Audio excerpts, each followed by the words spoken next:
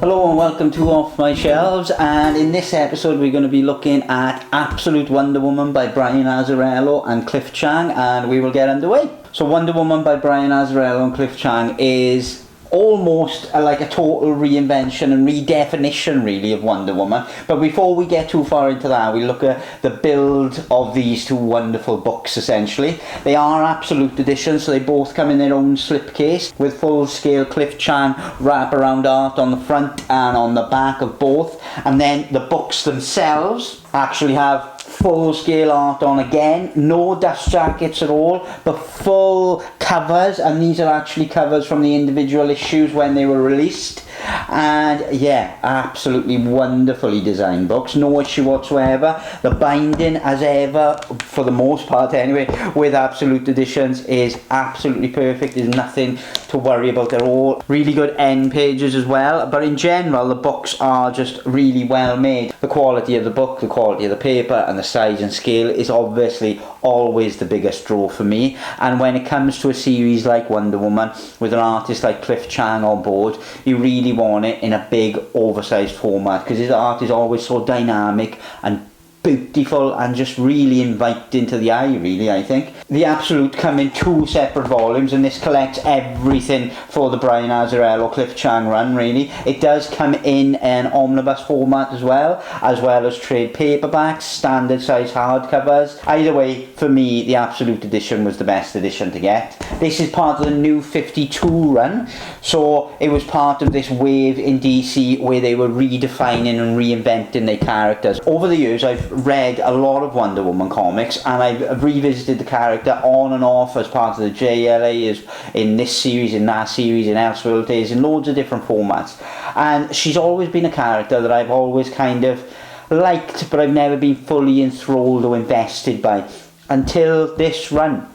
I bought the first trade paperback many moons ago when it first came out, and it just captured me, and I was in right from the get-go and absolutely adored the story from start to finish, really. Now the book itself starts off showing you a new character to this series, and that is the god Apollo. And it really shows you the god Apollo because that lays down the groundwork for this entire story, because what this Apollo is doing is he is imbuing three mortal women with the power to see the future, because he knows something's up. Zeus, his father, this Greek god, has vanished, and he's trying to find out where he is. But instead of finding out where he is, he finds out through these three women that there's a prophecy that is going to be fulfilled. And the prophecy is that a child of Zeus will murder another child of Zeus and take their place. And that, it really kicks off the whole story. Everything goes from there.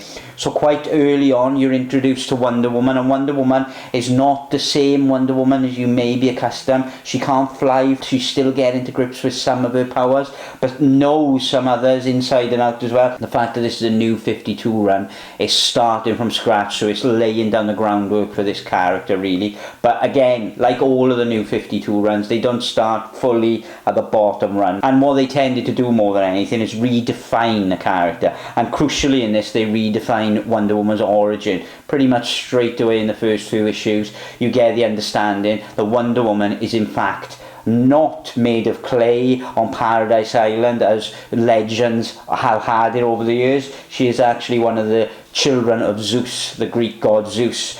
Zeus and her mother had an affair, and Wonder Woman was born, and that is where she derives her powers and everything. And so this prophecy that's outlined right from the get-go straight away entangles Wonder Woman and brings her into the fold, because now maybe she is one of the children of Zeus that fulfills this prophecy, or maybe she's the one who dies and someone takes her place. But then the whole world opens up. Every issue that goes forward, the whole world opens up more and more and more. You get to grips with Hera, you get to grips with Hermes, you get to grips with all of a massive amount of gods and offspring that Zeus has created. And the whole story, it's pretty much a family melodrama, because all of the main antagonists and protagonists are within that Gods of Olympus pantheon, really. They are all part of that world, and so there's no real enemies coming from outside of that family base. the whole story revolves around family and forgiveness and everything like that. A crucial member of the cast as well comes in early, and her name is Zola, and she is pregnant, with the son of Zeus, the last son of Zeus. But as Zeus has disappeared, this child now may be the one that's going to fulfill the prophecy. And so there's lots of backbiting, of infighting between the family members, and Zola is obviously being threatened, and her unborn child is being threatened, and so she is sent to Wonder Woman for protection. And then it's basically the story of Wonder Woman trying her best to keep Zola and her unborn baby safe, and not only that, to try and figure out now who she is, when she finds out she is this redefined person, that everything she knew growing up was a lie, essentially, that she's actually got brothers and sisters, she's actually got a father, she's actually got all this family that she's never heard of. She's trying to understand now how she fits into this whole world. But most of her family in this, a lot of them want to kill her, a lot of them don't like her, and again, the gods of Olympus are quite nasty and quite duplicitous. They are not straightforward characters by any stretch of the imagination, but what they are is they are super engaging and intriguing, and every few issues you get more and more of this amazing kind of Greek mythological world the Wonder Woman has been thrown into, really. So you also get introduced to Poseidon and Hades, the brothers of Zeus, and between those three, one rules the ocean, one rules the afterlife, and one rules the heavens, and there's constant bickering between those three brothers, and without Zeus in the mix now, those two are vying for control of heaven. And so you've got all these different family dynamics and layers bubbling over and constantly kind of pushing Wonder Woman to get involved for various reasons, mainly to protect Zola. And also you get Wonder Woman's siblings who are not parts of the gods. Like Zola, Zeus has come down in the past, impregnated various women, and they've had children, and so they come into the fold and they join with Wonder Woman. Characters like Lennox, who is an amazing character, who's indestructible like rock, and he is a fabulous character in this, really. And the character designs in this are phenomenal as well. If you look at Hades, if you look at Poseidon, if you look at Lennox, the character designs are so well thought out, and they're so stylized, and you never get confused about who is who, because they've all got such strong character designs, which is amazing in every way, shape and form. As the book goes on, you get more and more in depth into this prophecy. Wonder Woman is more and more afraid that the baby she is protecting may actually be the one to deliver this prophecy and kill one of the children of Zeus and then take their place. But then, pretty much halfway or just over halfway through the book, a wild card is chucked into the pile, really, and that is the firstborn son of Zeus. Zeus's firstborn, who had been cast away and imprisoned in the earth for thousands upon thousands of years, and has clawed his way out from deep beneath the earth over thousands upon thousands of years, and now he's there to exact his revenge upon all of the gods of Olympus and everyone on earth. And also the introduction of Firstborn is an amazing example of how this book is really gory as well. You know, it's really got a lot of kind of horror elements. When you go to hell with Hades, there's lots of freaky kind of things going on with his father, which I'll leave it to you, but his father is going through a serious hell, but he later on gets his revenge in a big way, in a very freaky way, on Hades. But then you get a lot of kind of horrific imagery and fighting and bloody scenes, and it doesn't pull any punches on that front.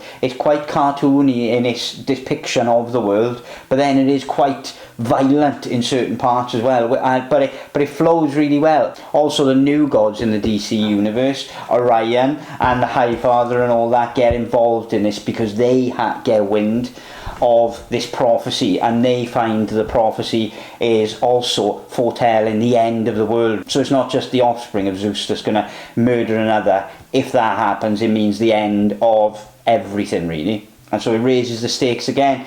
And volume 2 pretty much continues that story forward. It gets far more in-depth. One of the things that I think is kind of underestimated now, because I think everyone knows it, but it pretty much started here, the fact that the gauntlets are restricting and restraining Wonder Woman's power. Because she is so powerful, she needs to actually restrain and hold back that power, just for her own well-being really, and just for everyone else's well-being. And Wonder Woman obviously loves everyone and wants everyone to kind of prosper, so she wants to restrict herself really. And so these cuffs that were often shields protecting her from various bullets and stuff now have this secondary meaning in this storyline, where they are restricting her power.